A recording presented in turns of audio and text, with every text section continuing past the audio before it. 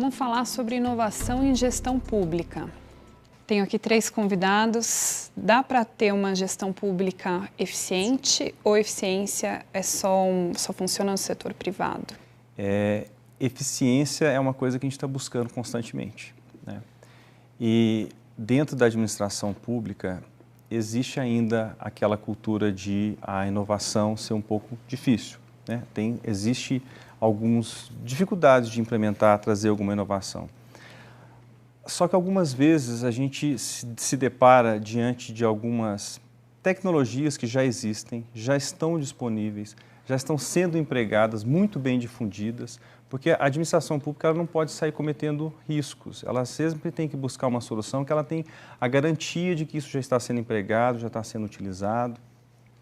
E quando a gente fala de eficiência ou mesmo de transparência, na apresentação que eu fiz hoje, eu levei a questão da transparência, que muita gente pensa que transparência é porque às vezes a administração pública pode estar tentando esconder alguma coisa.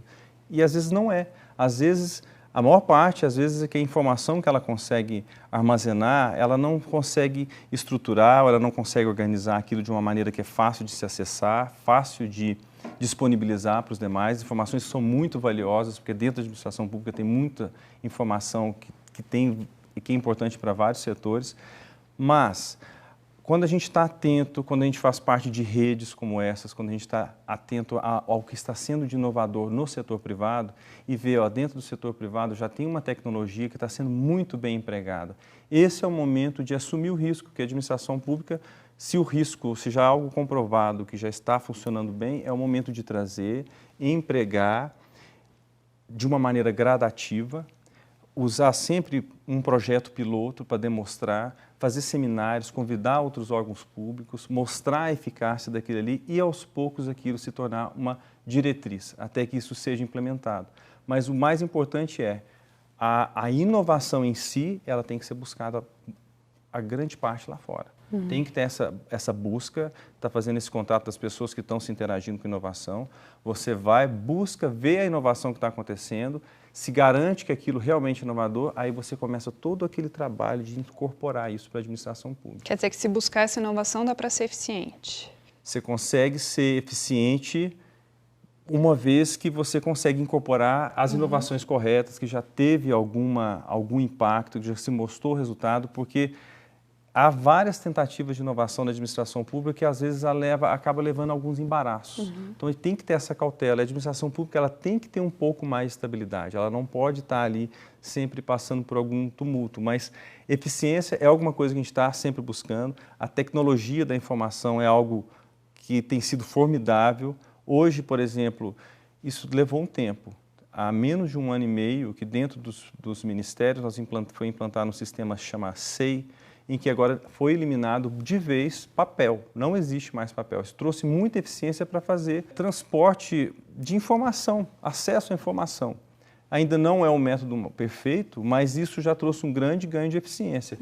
Dentro da administração pública existe a cultura da eficiência ou da inovação chegar um pouco depois, mas ela tem que ser um pouco mais promovida, ela tem que ter agentes buscando essas inovações e implementando aquilo que já tem mostrado resultados, para dar um pouco mais de segurança quando você implementa na administração pública. Eu gostaria de acrescentar, a minha visão é um pouco mais operacional, eu trabalho no órgão operacional, então, quando a gente vê um problema, né, a gente não aceita aquele problema, corre atrás, a gente tem que solucionar aquilo. Como a gente é um órgão operacional, a gente vai ter um resultado direto para o cidadão, a gente tem uma resposta direta. Então, é inaceitável a gente deixar um problema. No caso, a gente faz um brainstorm, procura soluções. Por exemplo, a gente testou algumas soluções operacionais nos eventos, nos grandes eventos. Então, por exemplo, fechamos um viaduto que era para carros, para servir de passarela para as pessoas. No Rio de Janeiro. No Rio de Janeiro. Isso foi testado para acesso entre a estação de metrô e trem São Cristóvão, para os pedestres chegarem até o Maracanã. Isso foi muito importante, porque além dos pedestres poderem acessar o evento com mais ordenamento, a gente também reduziu o conflito entre os pedestres e os veículos. Então, as pessoas não precisavam atravessar as ruas, então isso deu mais fluidez para os veículos e segurança para os pedestres. Então, acredito que esse seja um bom exemplo operacional de solução inovadora. Eu trabalhei um tempo também no setor privado, então quando você, Sabine, trouxe a questão de comparar o que é eficiência para o setor privado com o que é eficiência para o setor público, me suscitou uma série de questões. Uma delas é a questão da redução de custos. Normalmente a ideia de eficiência está ligada com você entregar o mesmo serviço, o mesmo produto, o mesmo objetivo com um custo menor. E dentro de uma estrutura hierárquica em que o comando e controle acabam definindo as relações, essa busca da eficiência, ela tem um significado diferente em estruturas mais colaborativas, que tentam organizar ações coletivas com atores de diversas naturezas, tanto falando de governo, sociedade civil, empresas, investidores, academia, né? Vários atores que se juntam hoje para tentar resolver os problemas públicos e que eficiência nesses arranjos mais colaborativos tem um significado diferente, porque a forma de gestão também é diferente. Então, eu acredito que sim, o setor público e os assuntos públicos eles podem ter mais eficiência, mas não necessariamente essa eficiência virá da mesma forma, com a mesma visão do setor privado, né? Que muitas vezes tem essa ideia de ter ganhos de escala e com isso reduzir estruturas administrativas, reduzir a quantidade de recursos que são empregados para entregar um certo serviço, um certo produto. Então, no caso do setor público, por exemplo, eu acho muito relevante a questão da eficácia, que trabalha muito próxima da eficiência nesse conceito diferente de eficiência, numa estrutura mais colaborativa. E eu diferenciaria da seguinte forma: você pode ter ações, inclusive que vêm da inovação, que vêm da tecnologia da sociedade civil, tecnologia desenvolvida no setor privado, isso pode ser transferido para o setor público, né, de uma forma efetiva, fazendo com que o Estado economize efetivamente recursos para a manutenção do Estado social, né? O Estado social que foi implementado no Brasil e pelo mundo afora, ele aumentou muito o tamanho do Estado. E com isso se tornou essencial pensar em estratégias de otimizar esses custos para poder, inclusive, fazer a manutenção desse Estado social, fazer a manutenção dos direitos.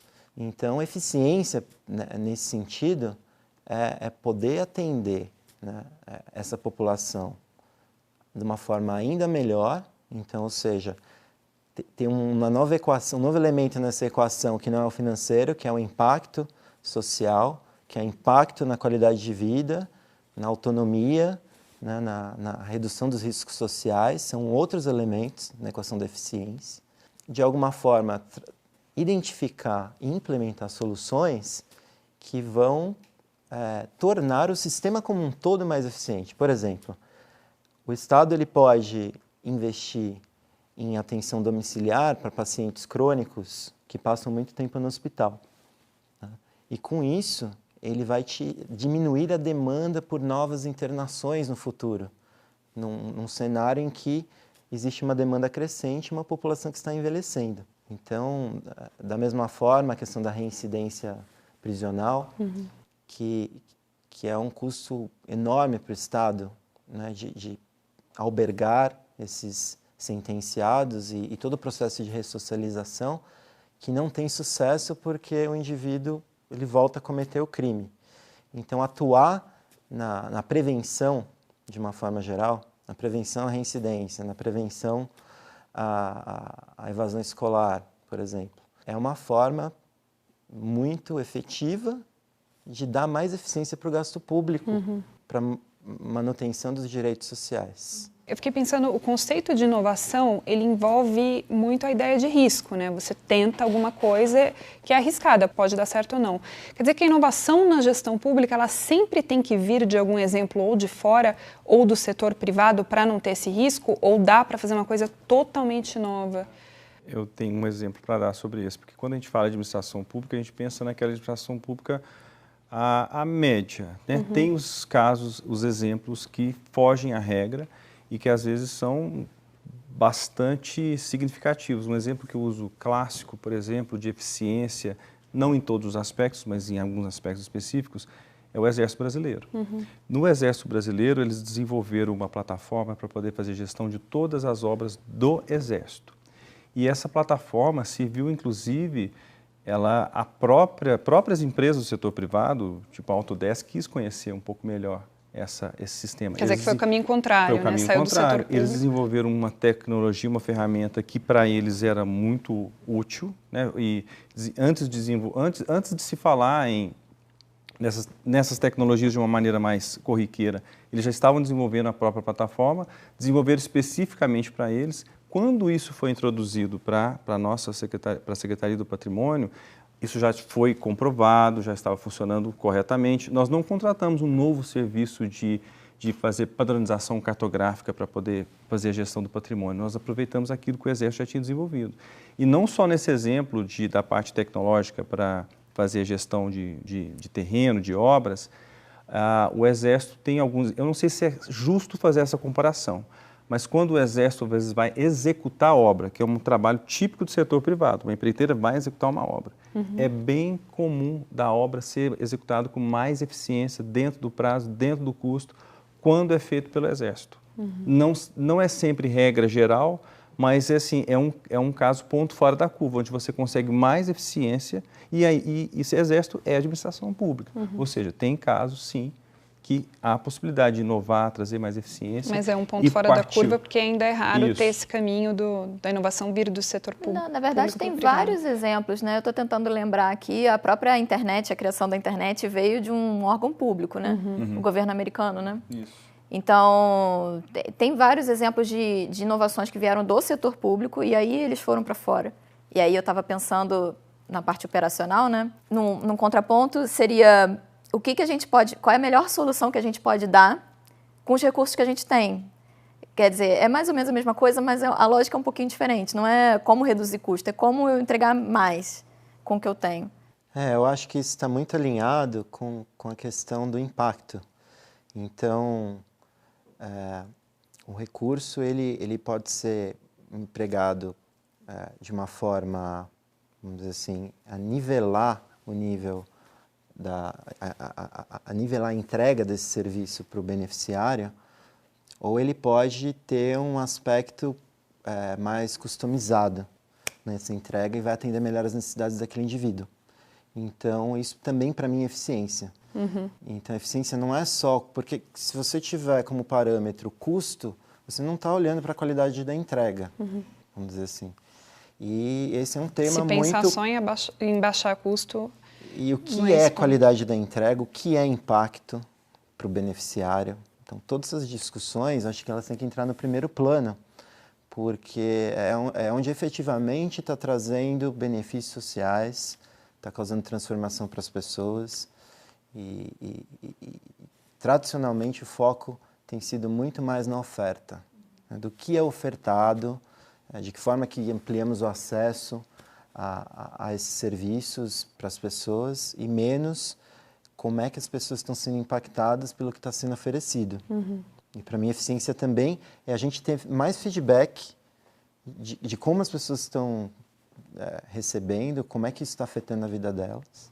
E também uma política de transparência, trazer isso para a população e acho que esse é um grande desafio também, uma mudança de mentalidade, que não é prestação de contas que é o mais relevante, não é gastar menos para entregar o serviço que é mais relevante, mas sim é saber se efetivamente o que está sendo gasto com as políticas sociais está chegando em quem mais precisa.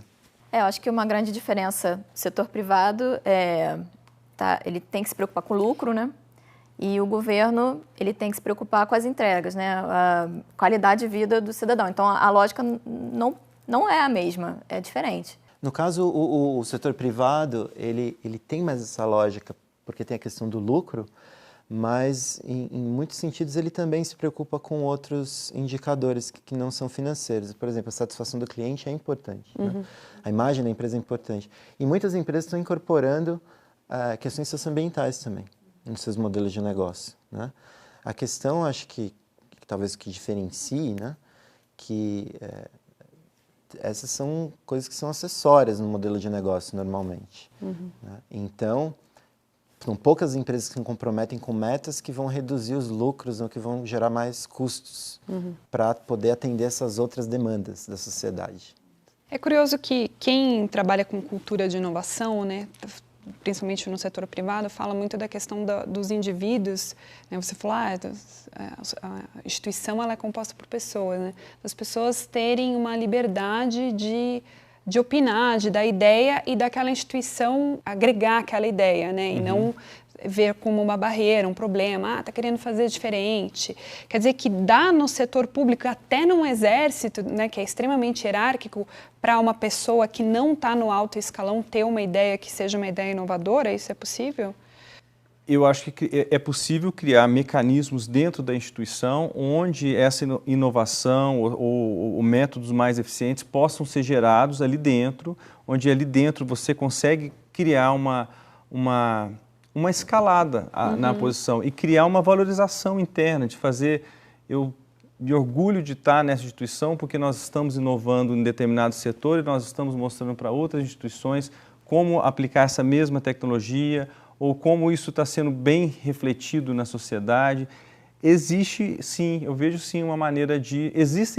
a gente pode comparar, existem instituições que existe essa valorização técnica maior e tem outras que às vezes estão muito envolvidas em corrupção, às vezes estão muito envolvidas em outras estratégias que... Quer dizer que inovação e corrupção não conversam. Não conversam, mas a imagem da instituição, isso afeta todo o corpo técnico todo o que está ali processo dentro, criativo também, né? Afeta toda aquela motivação de continuar crescendo naquela instituição, isso destrói a autoestima de quem está ali dentro. Eu acho que você trouxe uma questão bem interessante, que é da estrutura, quão hierárquica ela é e quanto que essa característica tem um impacto sobre a incorporação de inovações.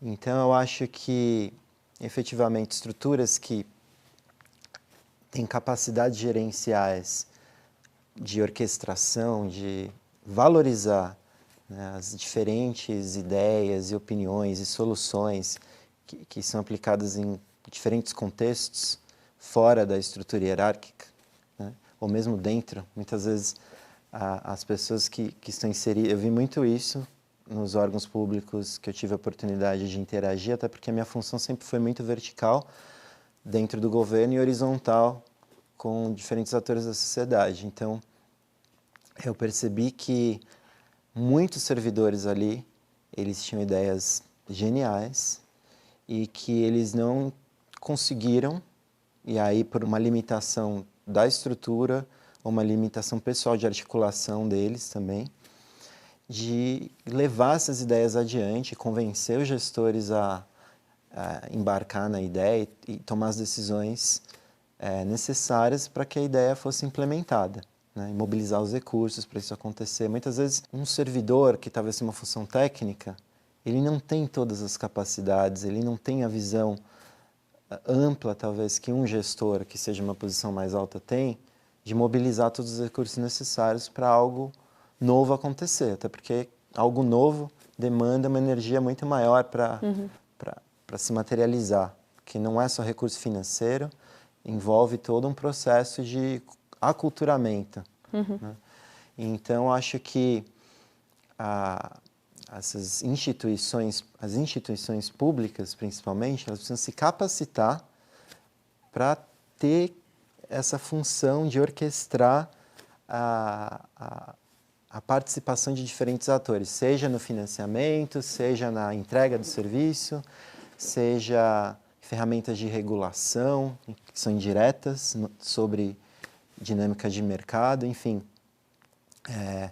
São novas habilidades, né, que o Estado está desenvolvendo, mas que é um processo lento e gradual, complexo, porque isso é complexidade, né? Diferentes atores trazendo opiniões que nem sempre convergem.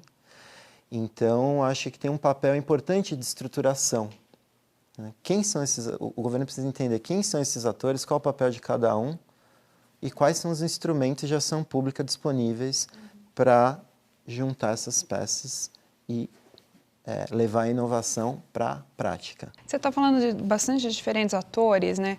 A gente tem um modelo de governo que está mudando, né? Que até pouco tempo era um governo de cima para baixo, né? Que tomava as decisões de cima para baixo. E agora a gente começa a falar mais de participação, né? Você falou da sociedade, quer dizer, como que se dá essa participação no sentido de inovar, de melhorar a gestão pública? Como que ela acontece? A participação ela se dá em diferentes níveis. Desde o cidadão, né? O cidadão que é beneficiário daquela política social, por exemplo, ou do cidadão que não depende dos serviços sociais, mas ele, de alguma forma, depende de toda uma estrutura, de infraestrutura que é montada e mantida pelo Estado. Então, tem a participação das organizações da sociedade civil, das empresas. Então, tem diferentes níveis, desde o nível das pessoas até o nível das instituições. Então, tem os órgãos de financiamento, privados, públicos, multilaterais. Então, a questão é a seguinte, os problemas públicos, eles são de interesse de toda a sociedade.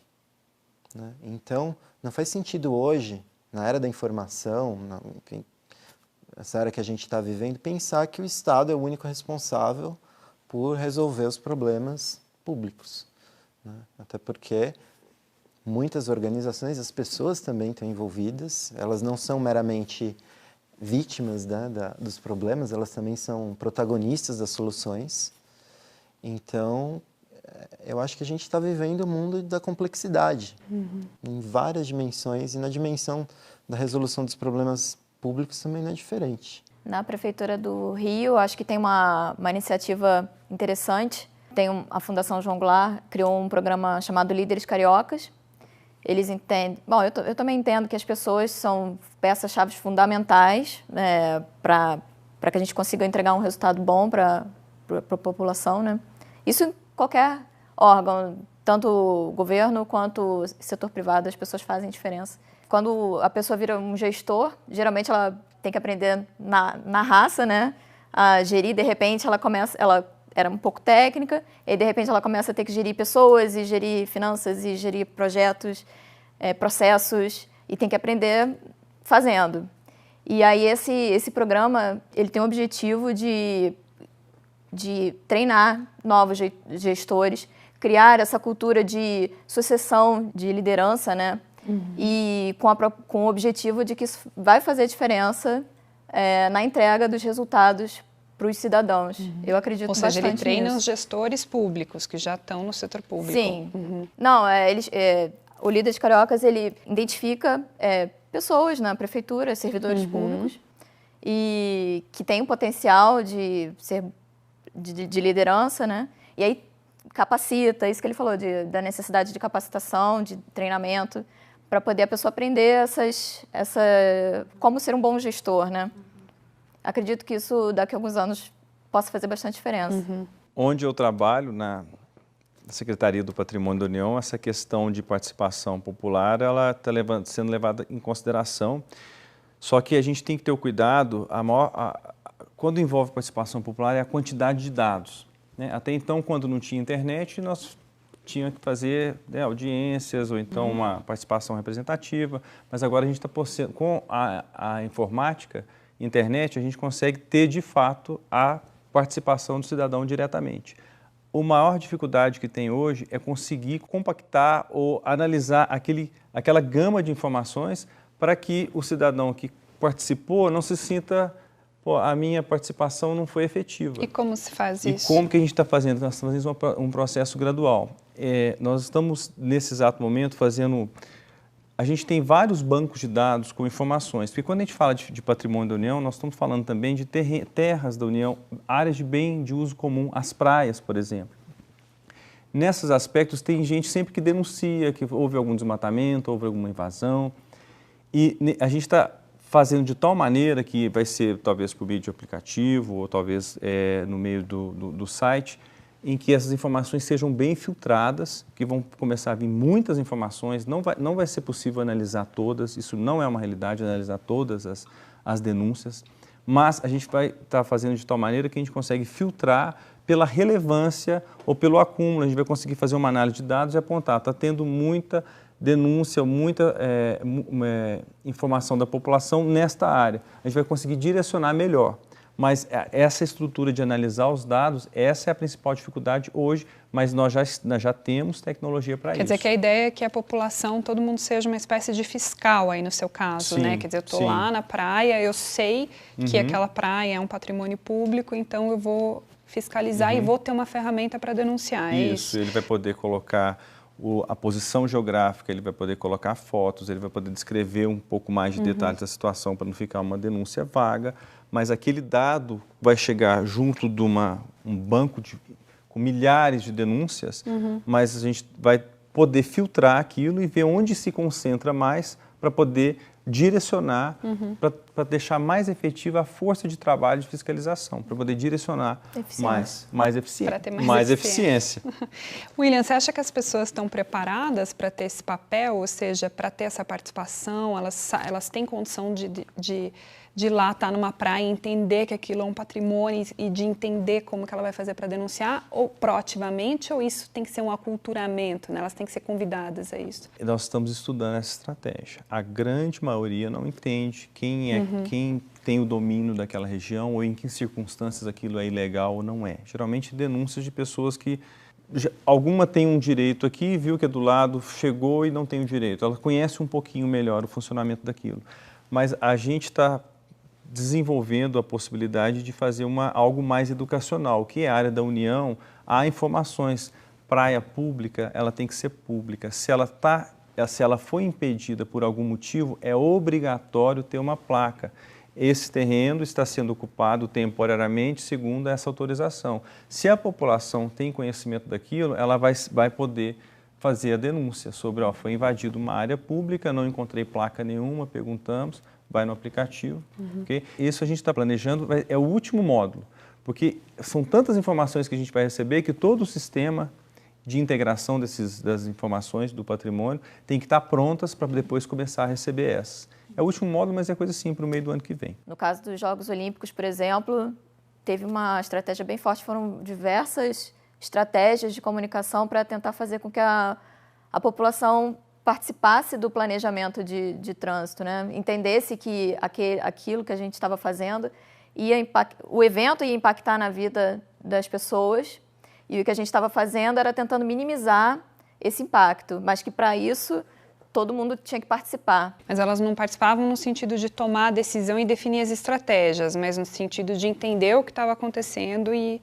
Por exemplo, a estratégia principal é não pode ir de carro para o evento, prioridade para o transporte público e aí do transporte público você vai caminhando para o evento. Uma estratégia que tem dado certo, a gente tem testado ao longo dos eventos na cidade e a gente tem que, dependendo do impacto que o evento vai causar, um grande evento vai causar muito impacto na cidade, ou então nos momentos críticos, que a gente sabe que vai ter muita demanda de pessoas no mesmo lugar e aí a cidade não tem como suportar isso, a gente tem que usar medidas para gerenciar essa demanda. Então, por exemplo, a gente tem que alertar as pessoas que algumas vias vão estar bloqueadas, os moradores têm que ser alertados que a rotina deles de acesso à casa deles vai ser alterada, eles precisam se planejar. A gente tem que fazer com que essas pessoas participem do plano nesse sentido, de entender que a vida vai, nesse momento, temporariamente, vai estar diferente e como que elas têm que fazer para poder serem minimamente impactadas. Acho que essa que é a chave Então, é importante todo mundo entender que as medidas são para que todos consigam ter fluidez na cidade, né? Senão, para. Enquanto você estava compartilhando essa experiência no trânsito do Rio, me veio um outro assunto não relacionado, mas que tem muito a ver com isso, que é a questão da participação só ser possível através da comunicação correta, processo educacional. E eu trago um exemplo da questão da saúde pública, que me é muito sensível, que é a questão da hospitalização. É muito difícil um político não defender construir mais um hospital, aumentar o número de leitos disponíveis numa cidade. Porém, estudos técnicos dizem que a gente está vivendo uma transição demográfica muito acelerada, que está causando envelhecimento da população. E nos próximos 15 anos, talvez o Brasil seja um dos países com uma transição mais acelerada, e que nenhum gestor público em sã consciência deveria só reforçar essa estratégia de construção de equipamentos complexos de atenção intensiva na saúde, com capacidade diagnóstica e de tratamento e várias especialidades médicas, que é um equipamento muito caro, e para construir e para manter. E a população precisa ser informada de que existem outras formas, né, outras estratégias de atenção que são mais benéficas, inclusive, para quem precisa. Porque quem fica muito tempo internado não quer ficar internado no hospital. Aumenta quer um risco de ambiente infecção. mais familiar, que quer estar junto com os entes queridos. Melhor ainda estar em casa, né? E estar em casa custa muito menos para o Estado manter uma atenção especializada, multiprofissional, com monitoramento remoto, com tudo que precisaria ter, e ainda mais um processo muito mais humanizado de assistência, e o que é melhor ainda, que é a presença da família, né? E do espaço, do ambiente familiar, que também ajuda no processo de reabilitação e de cura. Então, trazendo para a questão da participação, eu sinto falta não só de comunicar o impacto das medidas, como eu tinha falado antes, mas também de comunicar para a população essas alternativas que existem, que trazem benefícios não só sociais, mas também trazem uma possibilidade de uma maior sustentabilidade financeira para o Estado. Porque as pessoas hoje já dão como garantido esse Estado social. Nos Estados Unidos, por exemplo, antes da gestão do Obama, não existia, né, uma rede de assistência para quem mais precisa de saúde como tem no Brasil. Todo mundo está acostumado com isso, funciona melhor em alguns lugares, pior em outros. A demanda é muito grande, é muito volátil. O gestor público de saúde tem muita dificuldade de lidar com isso, né, porque ele tem que atender. E no caso dos Estados Unidos, hoje a gente vê isso, muita dúvida com relação à manutenção desses direitos lá, né? Então, eu acho que a gente não pode dar como garantido, né, um Estado social que vai atender a todas as necessidades da população mais vulnerável, mas eu acredito que a população, entendendo que é possível ter ganho social e, ao mesmo tempo, gastar menos que é a questão da eficiência, do gastar menos para ter o mesmo benefício, um benefício melhor, é relevante, é importante também para o Estado.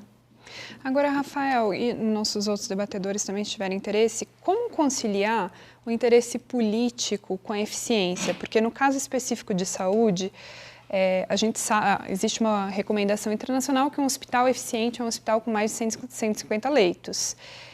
E nem toda cidade precisa ter um hospital. Você pode ter um hospital na cidade vizinha especializado numa determinada área, enfim, você cria um sistema que funciona.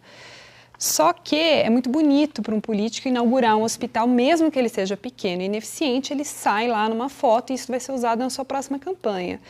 Enquanto que não inaugurar um hospital e tratar da saúde da família, do cuidado em casa, não sai na foto. Quer dizer, como conciliar na gestão pública o interesse político com a eficiência? Eu tenho vivido muito isso no Ceará. O secretário de Saúde lá do Ceará, o Henrique Javi, ele tem uma sensibilidade grande para essas questões de longo prazo, né? Porque ele está olhando para o sistema e ele enxerga, acho que vale citar a participação de diferentes atores, como o Banco Interamericano de Desenvolvimento, que traz uma série de visões de outros países, gestores públicos da Espanha, da Escócia, né, que desenvolveram estratégias alternativas à hospitalização, por exemplo. E claro que é mais fácil para o político explicar para a população que ele está trabalhando pela saúde quando ele constrói um hospital. É muito mais, talvez dê muito mais voto para ele hoje. Mas talvez, se o governo tiver uma ação de comunicação efetiva, ele pode, construindo consciência nessa população, inclusive principalmente para os usuários do sistema, de que é melhor para ele estar em casa. Mas para isso ele precisa realmente ter um sistema que funciona. Então ele precisa atender com qualidade em casa. E tem vários desafios nesse sentido. E esse é o desafio que eu venho me debruçando lá no Ceará, de que forma que não só prova que a assistência em casa ou fora do hospital ela é mais efetiva, é mais eficaz, mas como a gente pode comunicar isso também para esses usuários, de forma com que eles busquem também isso, reconhecendo os benefícios que isso tem. E com isso a gente pode redirecionar a demanda para os pacientes mais agudos, que mais precisam. Para quem realmente precisa do leito, né? Para quem realmente precisa e como isso é relevante, porque tem muitos casos, muitas coisas que acontecem dentro dos hospitais que não são comunicadas para fora. E que muitas delas acontecem por esse tipo de demanda não atendida, né? É um paciente crônico que está no leito, que está ocupando um leito que era para ser ocupado com alguém que está com uma condição aguda, que precisa de e aquela pessoa que está na condição aguda acaba ficando no corredor.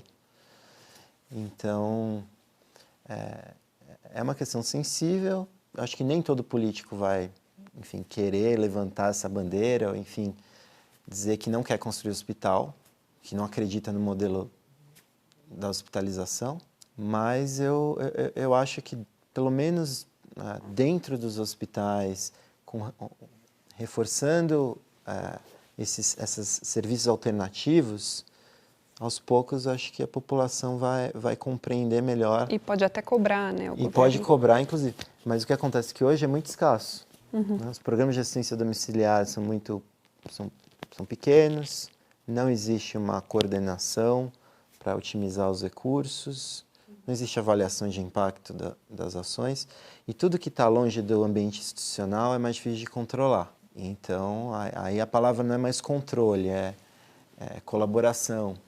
Então, o cuidador da família, por exemplo, é um recurso da comunidade e que é central nesse modelo de assistência. Então, é o Estado, junto com a sociedade civil, junto com vários outros atores, encontrando formas de trabalhar juntos para resolver os mesmos problemas. Essa pergunta que você fez para ele, para o setor da saúde, eu imagino que é bem desafiador, né? Fazer esse check and balance, tipo, vou financiar algo que no final pode estar sendo sustentável, não sendo eficiente, mas tem aquela bandeira que você está trazendo, mesmo sendo ineficiente, você está trazendo um hospital novo. Eu estou tentando te dar uma resposta para o meu setor, que já não é tão desafiador quanto o dele, mas tem os seus problemas. Dentro da administração pública, existe uma sensação de que o dinheiro está ali disponível, você faz o seu orçamento, consegue o dinheiro e a maneira de controle é um pouco complicada. Vou dar um exemplo de quando eu conheci a GSA, que é a SPU dos Estados Unidos. É lógico que lá ela tem já a amplitude das funções delas são maiores, etc., mas eles elaboraram um modelo lá de fazer um controle com o gasto com os agentes públicos, não no caso da saúde, mas seria o caso assim, da Receita Federal, da Polícia Federal, gastos operacionais. Eles são uma agência E eles falam, você precisa de esse prédio, você precisa de segurança, você precisa de água, vai custar tanto. Tem que tirar do orçamento deles. É como se eles tivessem, eles implantaram um sistema, um método que existe uma espécie de prestação de serviço. Ou seja, quando a Receita Federal Americana resolve plantar um novo prédio, ela vai pensar 2 vezes antes de colocar no centro de Manhattan, porque ele vai cobrar valor de mercado e vai tirar do orçamento deles para outras atividades. E eu achei esse sistema interno muito interessante, que seria muito bom se fosse aplicado aqui no Brasil. Mas nós não temos essa agência, nós não temos um órgão que tenha essa capacidade de falar, judiciário vai te custar tanto. O judiciário é autônomo para isso, ou Receita Federal, tudo bem, mas vai te custar tanto por ano. Seria uma solução. Essa ainda nós não temos. Essa vai do bom senso de cada gestor, que às vezes, se tivesse um mecanismo mais, né, como esse de prestação de serviço, seria um pouco mais seguro, que estaria tendo mais cautela com o recurso. Bom, para fechar, eu queria fazer uma pergunta ligada à crise. Quer dizer, tem gente que fala que um período de crise é um período ideal para inovar porque é um momento de dificuldade, que você tem que ser criativo, que falta gente, falta recurso. Dá para inovar na gestão pública na crise que nós estamos vivendo, que é uma crise financeira, uma crise política, uma crise social? Quer dizer, dá para ser inovador nesse contexto? Acho que isso tem a ver com o que eu estava falando antes, né? Como é que a gente entrega o melhor que a gente pode com o recurso que a gente tem. E aí, quando esse recurso muda, a lógica continua a mesma. A gente tem que tentar entregar sempre o melhor, e aí esse melhor vai variar de acordo com os recursos que a gente tem. Acho que é por aí. E aí sempre vai ter uma solução inovadora, não, eficiente, né? Eu acho que são nesses momentos em que existem estímulos para mudanças mais estruturais. Então, se no momento de bonança as mudanças são incrementais, elas vão aproveitando as oportunidades, né, de crescimento, no momento de crise é onde precisa se rever certos conceitos, certas diretrizes, certas ferramentas, precisa realmente inovar, né?